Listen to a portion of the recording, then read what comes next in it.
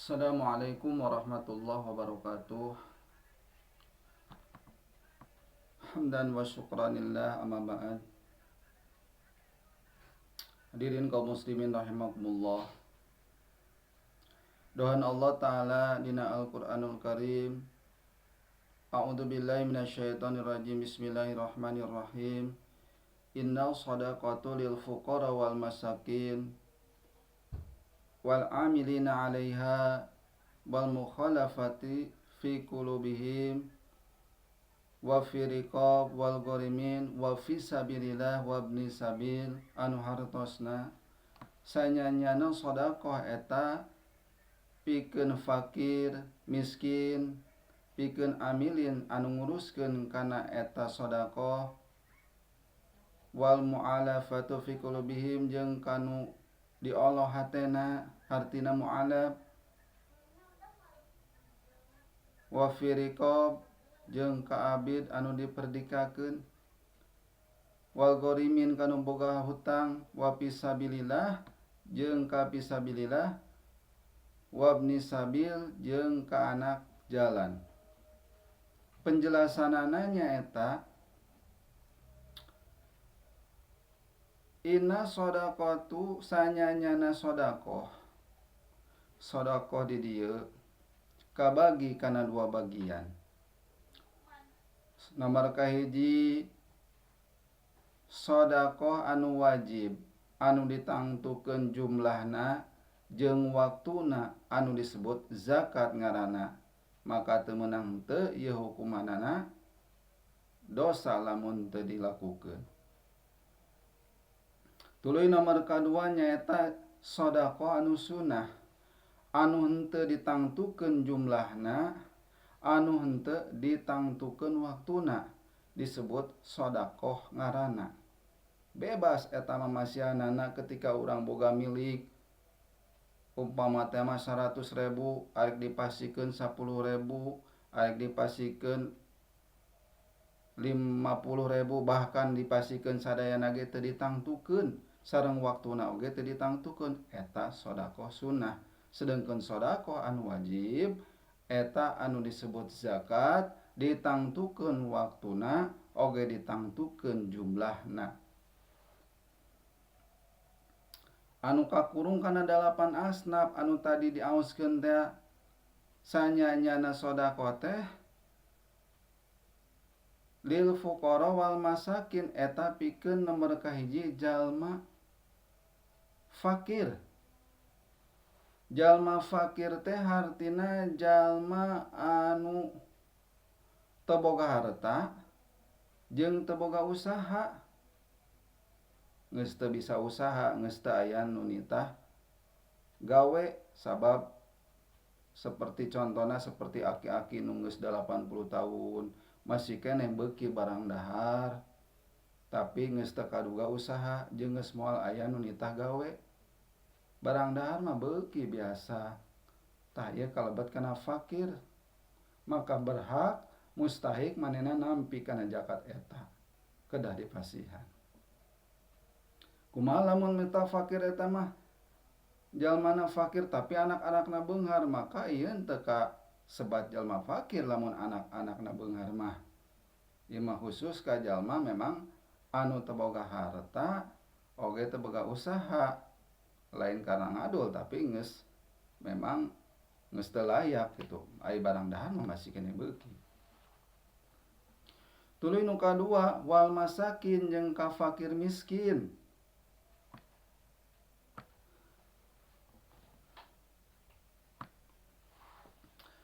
Ka fakir miskin nyaeta jalma anu miskin boga harta, boga usaha tetapi pendapatan jeung pengeluaran eta teu saimbang.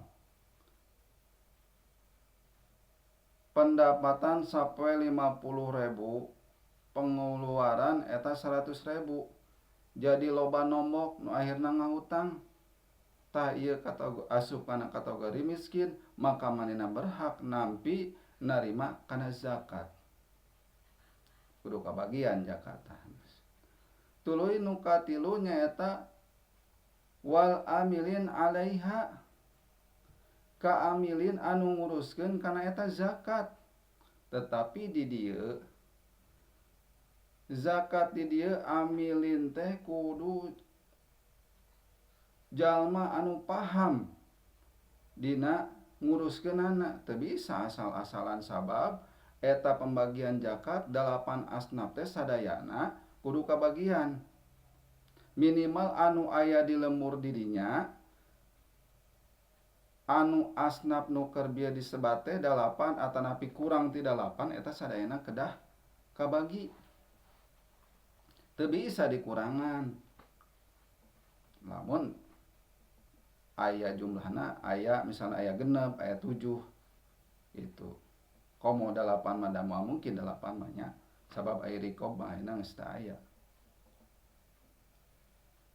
Kudu ditangtukeun, kudu terang kana hukumna, kudu nyaho kana ilmuna. Teu bisa asal-asalan. Tuluy anu kaopat nyaeta wal mu'alafatu fi qulubihim, nyaeta kamu'alaf. Sabab naon? Lamun aya non muslim lebet kana agama Islam, biasana manehanana sok dimarusuhan kuno jadi dulurna. Maka pikeun urang umat Islam boga kewajiban pikeun ngarangkul. Bahkan eta zakat teh manehna ngahak.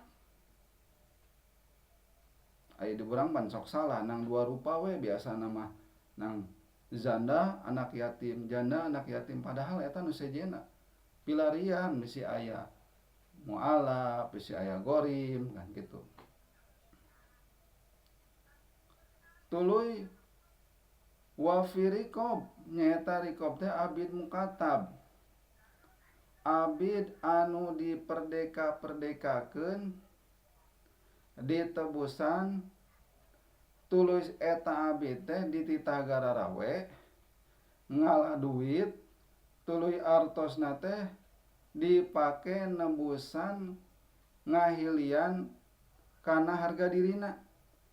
Jadi umpama teh mah aya jelema beunghar terus kumanehna diperdeka-perdekakeun ditebusan, sanggeus ditebusan si nagara rawe ngalalah duit, tetapi duitan teu dicanna kudu nebusana tapi pikeun nebusan harga dirina, hartina ngahilian kana panebus eta. Tuluy salajengna gorim anu kagenep. Naon ari gorim teh? Jalma anu boga hutang. Boga hutang di dieu lain boga hutang anu biasa. Lamun anu biasa mah eta asupna kana jalma anu miskin. Tetapi jalma anu boga hutang di dieu teh saperti kieu. Umpama teh mah aya karusakan fasilitas umum seperti masjid. Misalna hasbasna aya nu beulah 2 siki, tuluy teu aya nu mangmeserkeun eta hasbas, da diantepkeun wae bocornya. Teu meunang nganggo duit, nganggo artos dina zakat, dianggo renovasi ngomean masjid, teu kengeng. Tetapi ketika memang na aya jalma manehanana nalangan upama teh manganjuk atanapi mangmeserkeun ka material, eta hasbas tuluy diganti. Terasantos kitu dina waktu pembagian zakat si eta teh mentahilian tah sabab artosna geus dipake nalangan pikeun ngahilan hasbas tadi, tah maka eta mah meunang asupna kana gorim. Lain jalma anu boga hutang. Lamun jalma anu boga hutang unggul mah jelema beunghar ge loba hutangna. Komo jalma miskin mah gitu. Jadi syarat gorim di dieu di mana aya anu omeaneun di masjid tuluy teu aya anu mangmeserkeun, maka meunang nyieun anu nalangan jalma tuluy dina waktu pembagian zakat teh mentahilian. Tuluy salajengna nyaeta wa fi sabilillah. Fisabilillah teh anu model kumaha? Guru ngaji anu sok ngajarkeun ilmu, purah ajan, imam, eta fisabilillah tah eta ge ngahak kana eta zakat. Maka lamun aya pembagian zakat komo diatur ku amilin sadayana eta kedah kengeng utamana di lemur eta. Jadi teu meunang dibagikeun kana dua hak, kana dua bagian, misalnya janda anak yatim tingali di lemur eta aya sabaraha hak sadayana eta kedah kabagian. Tuluy nu terakhir anu kadalapan nyaeta wabni sabil nyaeta nu lalempangan di jalan. Anu lalempangan di jalan di dieu dina rangka kaalusan. Contona jalma anu silaturahmi anu kurang leuwih jarakna 84 kilo tuluy saepeun ongkos. Kalaresan aya anu pembagian zakat tah meunang nyuhunkeun ka dinya tuluy eta zakat kedah masian ka eta jalma anu memang saepeun ongkos teh. Tapi dina raraga kahadean seperti silaturahmi atawa budak santri anu memang manehanana pindah ke tempat anu sejen dina raraga neangan ilmu eta kalusan ta eta ge ngahak. Tah makana di lebah dieu ususna kepengurusan naon amilin eta kedah paham anu 8 asnaf eta kedah kenging sadayana minimal aya sabaraha di lemur eta teh asnaf anu memang mustahik tah model gitu. Pernah aya hiji jalma nu naroskeun ka abdi, Ustad kumaha hukumna lamun pihak desa nyuhunkeun bagian tina eta zakat. Ku abdi dijawab, eta pihak desa aya teu kakurung teu dina 8 asnaf eta. Heug lamun misalna kakurung dina 8 asnaf eta maka ngahak. Gitu. Lamun teu aya mah maka teu ngahak, batil hukumna. Tah zakat ieu penting pisan disalurkeun teh ka mustahikna, teu bisa dikurangan. Kumaha lamun seandainya eta tenang sakedik-kedikna boleh dikurangan ka 3 bagian. Gitu 3 bagian lamun aya mah sadayana kedah kabagian nu 8 asnaf ieu. Nang berhubung misalna abdi gaduh artos na ngukur 100.000 lamun dibagikeun ka 8 urang mah sakedik aek dibagikeun we ka 3 urang eta mah mangga sabab eta mah komode pribadi henteu diatur ku kapengurusan. Tuluy salajengna zakat anu kedah dikaluarkeun khususna dina sasi Ramadan ieu dina akhir Ramadan ieu nyaeta zakat fitrah. Zakat fitrah teh eta hiji kewajiban ngazakatan badan urang. Zakat ieu teh menurut dina kati Iraq anu aya di Baghdad ngaluarkeun zakat teh nyaeta 5 kati sepertilu kati. Sakati teh sama dengan 4 on satengah leuwih. 4 on satengah leuwih ieu berarti dikali 5. 4 dikali 5 sama dengan 20. Berarti 2 kilo. 2 on setengah, anu setengah ona dikali 5 sama dengan 2 on setengah. Ditambah sepertilu, 2 on setengah ditambah sepertilu jumlahna nyaeta 4 on. Jadi kewajiban zakat 2 kilo 4 on. Tuluy ku urang sok dibuleutkeun jadi 2 kilo 5 on, 2 kilo setengah. Lamun dibeaskeun kurang leuwih sekitar 3 literan, 3 liter sagelas. Bahkan sok dibuleutkeun deui 3 liter satengah. Tah eta. Kewajiban anu kedah dikaluarkeun ku urang dina zakat fitrah. Tuluy cek hitungan Indonesia mah aya kedah 4 mud. 4 mud teh sa mud teh opat mote opat kali canggeman dua leungeun. Lamun dirau ku dua leungeun teh mah opat kali ngarau. Dina lobana eta sarau teh aya genep onan. Genep on dikali opat sama dengan 24. Jadi jumlahna 2 kilo opat on. Sok dibuleutkeun jadi 25. Ta eta kawajiban urang dina ngaluarkeun zakat. Ustad atuh aya kitu mah dileuwihan nya alus keneh leuwih daripada kurang. Sae keneh langkung. Tuluy iraha dina waktu dipasihkeunana. Dimimiti kaping hiji eta geus meunang dipasihkeun ngaluarkeun zakat fitrah. Tetapi afdolna diakhirkeun dina wengi takbiran, bahkan dina sameme salat subuh. Kunaon margina kitu? Sabab kawajiban zakat eta ngitung-ngitung dina poe terakhir manehanana aya leuwihan tina sesadahar. Misalna pangala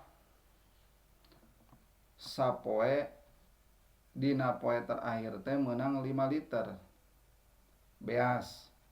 Tuluy anu di dahar teh nang saukur 3 liter tah boga 2 liter keneh pikeun dikaluarkeun zakatna atawa langkung eta mah sebagai contoh. Gitu.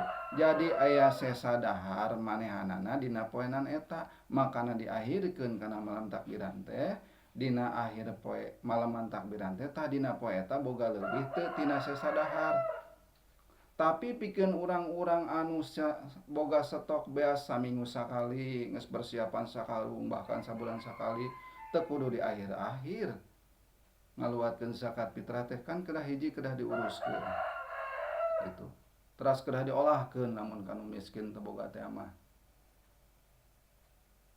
Teras kumaha hukumna lamun misalna ngaluarkeun zakat teh kedah kunaon? Afdolna ceuk mazhab Imam Syafi'i eta kedah ku beas. Aya nu ngengengkeun nyaeta Imam Abu Hanifah. Imam Hanafi nyaeta ku artos. Jadi mungguh kana afdol mah eta afdol keneh ku beas. Tetapi kadangkala urang sok karunya lamun sadayana beas, tuluy urang masihan kapakin miskin ku beas. Sedangkan kan pakaian miskin teh manehanana teh barang ngadahar teh lain teu cukup ku beas, perlu aya minyakna, aya dagingna, aya ituna, aya ieuna. Pilaku beas unggul, maka didinya meunang dimenangkeun ku artos. Kumaha supaya ulah sampai mudah kautamaan eta? Sabab ari urang makan mazhab Syafi'i, maka dina nalika urang ngaluarkeun zakat umpama teh mah urang mawartos, dina nalika masihkeun zakat lamun aya beas mah urang lironkeun heula kana beas anu aya di dinya. Misalna kaamilin di dinya kan seueur beas, peser heula eta beas teh ku artos teras ijab kabulna nganggo beas gitu. Kata Nabi, kumaha we carana supaya hayang mudah kautamaan gitu. Jadi afdolna mah afdol keneh ku beas dibatan ku artos.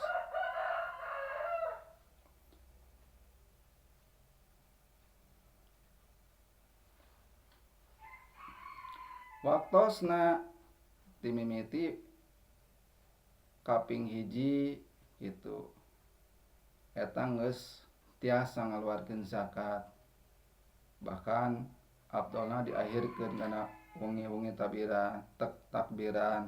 Tapi lebah dieu kan lamun diuruskeun teh mah riweuh disedek-sedekeun teh kana akhirna.